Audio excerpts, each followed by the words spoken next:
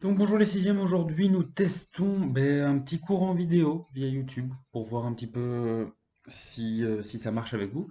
Donc aujourd'hui pas énormément de choses à faire, mais on va avancer un petit peu dans le livre. Donc je vous demande de prendre la page 92 et la première tâche qu'on va accomplir c'est le point numéro 2. Donc je vous laisse, enfin faites pause, prenez la page 92 et relancez la vidéo. Donc, arrivé à cette page 92, vous obtenez d'abord tout en haut un tableau de valeurs, le TDV. Et donc, ce tableau de valeurs, on vous donne des x et on vous donne une fonction, la fonction logarithme x. Donc, ce qu'on vous demande, c'est de remplacer x d'abord par -1. Mettez dans la calculatrice, vous verrez ce que vous obtenez. Puis, vous remplacez le x par 0, puis par 0,1, puis par 0,5, etc., etc. Vous trouvez les réponses et vous les notez dans le tableau. Ça, c'est la tâche numéro 1. Une fois que c'est fait, en fait, vous allez placer ces points. Donc, vous avez un tableau, et donc ce tableau, ça représente des coordonnées. Donc, vous allez placer ces points sur le graphique du point B, et ensuite, vous allez relier ce graphique avec une jolie courbe, si possible. Et à partir de ce dessin, vous allez donner le domaine, l'image, l'ordonnée à l'origine et les racines de la fonction. Donc, je posterai peut-être une vidéo, mais qui n'est pas de moi, qui réexplique ce que le domaine, l'image, l'ordonnée à l'origine et les racines. Mais normalement, vous devriez connaître ça. Et ensuite, faire le tableau de variation. Donc, le tableau de variation, simplement mettre des flèches vers le haut, vers le bas, en fonction de si la fonction est croissante ou décroissante. Ça, c'est la tâche numéro 1 que je vous laisse faire. Donc, vous avez la correction d'ailleurs du graphique à la page 93. Donc, qu'est-ce qu'il nous reste encore à faire aujourd'hui? Nous allons faire les exercices de la page 93. Donc, je vais en faire quelques-uns avec vous via le partage d'écran et je vous laisserai faire les autres par vous-même. Et ensuite, euh, il y a toute la page 94-95 que je vais vous laisser essayer de faire. Vous suivez les instructions, tout est dit clairement dedans. Donc, il suffit vraiment simplement d'appliquer. C'est pas si compliqué que ça en soi. Voilà. Bon courage à vous et voici les exercices, quelques exercices de la page 93 pour vous aiguiller. Donc, à la page 93, je vais vous aider, je vais faire le début de l'exercice 1 avec vous et je vous laisserai terminer.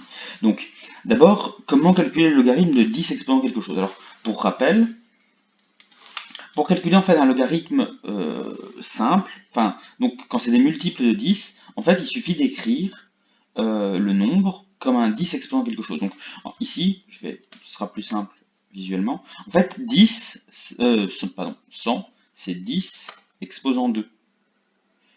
Et donc, quand on a une logarithme de 10 exposant quelque chose, la réponse est simplement l'exposant. Parce qu'en fait, on a vu la propriété qui dit que euh, quand on a un exposant, on peut le passer devant, donc ça ferait 2 fois log de 10.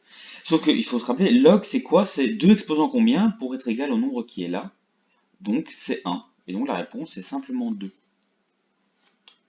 Je l'ai mal écrit.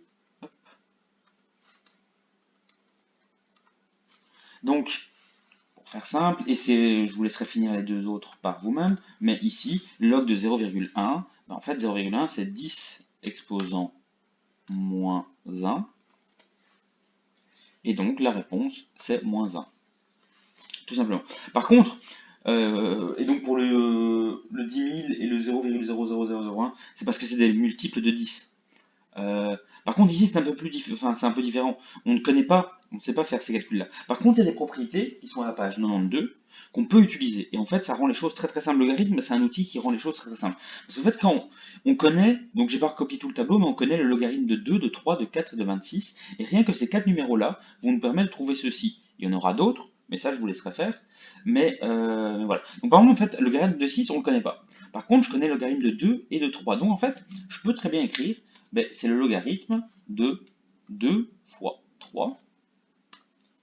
Et donc, si on utilise la propriété de la page 92, la deuxième propriété de la page 92, en fait, quand on fait apparaître une multiplication là, on peut les séparer et faire apparaître une addition. Donc en fait, ça c'est égal à logarithme de 2 plus logarithme de 3.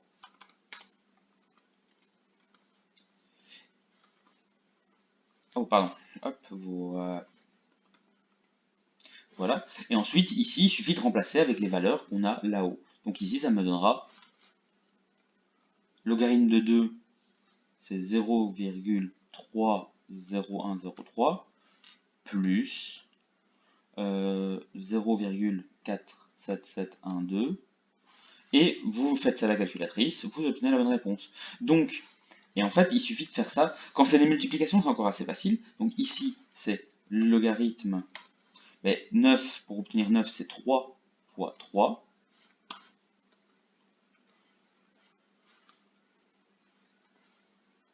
Et donc, ça devient logarithme de 3 plus logarithme de 3. Et ensuite, on remplace, même chose, on additionne, on obtiendra la réponse. Alors attention, donc vous devez absolument utiliser les valeurs qu'il y a dans le tableau qui est là. Donc 1, 2, 3, 4, 5, 26, 27, 28, 29, 30. Ok. Donc pour le 13, mais problème 13, je ne peux pas créer un 13 en multipliant 2, 3 ou 4. Donc qu'est-ce que je vais faire? En fait, je vais faire une division. Parce que 13, c'est 26 divisé par 2. Donc, je peux écrire logarithme de 26 divisé par 2. Et alors, quand on divise à l'intérieur d'un logarithme, le calcul va devenir logarithme de 26 moins logarithme de 2. On remplace, on fait le calcul à la calculatrice, on a fini. Alors ici, petite différence, donc on ne va pas faire de division, on va faire une multiplication, sauf que comment est-ce qu'on peut faire ce genre de multiplication? Alors n'oubliez pas, en fait, il y a un élément qu'on peut toujours utiliser, c'est le logarithme de 10. Et donc en fait, lui, c'est logarithme de 4 fois 10 fois 10 fois 10. Ça fait 4000. Mais 10 fois 10 fois 10, on peut l'écrire comme étant log de 4 fois 10 exposant 3. Ensuite, on réutilise la règle qui dit qu'une multiplication devient un plus, 4 plus logarithme de 10 exposant 3. Et logarithme de 10 exposant 3, ça donnera 3. Logarithme de 4, on le trouve ici. Donc ça fera 3,606, etc., etc. Voilà, je vous laisse essayer par vous-même. Attention, le logarithme 0,2, il faut réfléchir, c'est une petite division, il faut la trouver, elle est sympa. Voilà, comme ça vous pouvez terminer ça. La page, donc comme c'est dit précédemment, page 94 et 95, vous savez faire rien qu'en suivant les instructions, ça c'est clair. Je serai disponible sur Meet les 30 dernières minutes, les 25 dernières minutes du cours. Voilà, sur ce, bon travail à vous.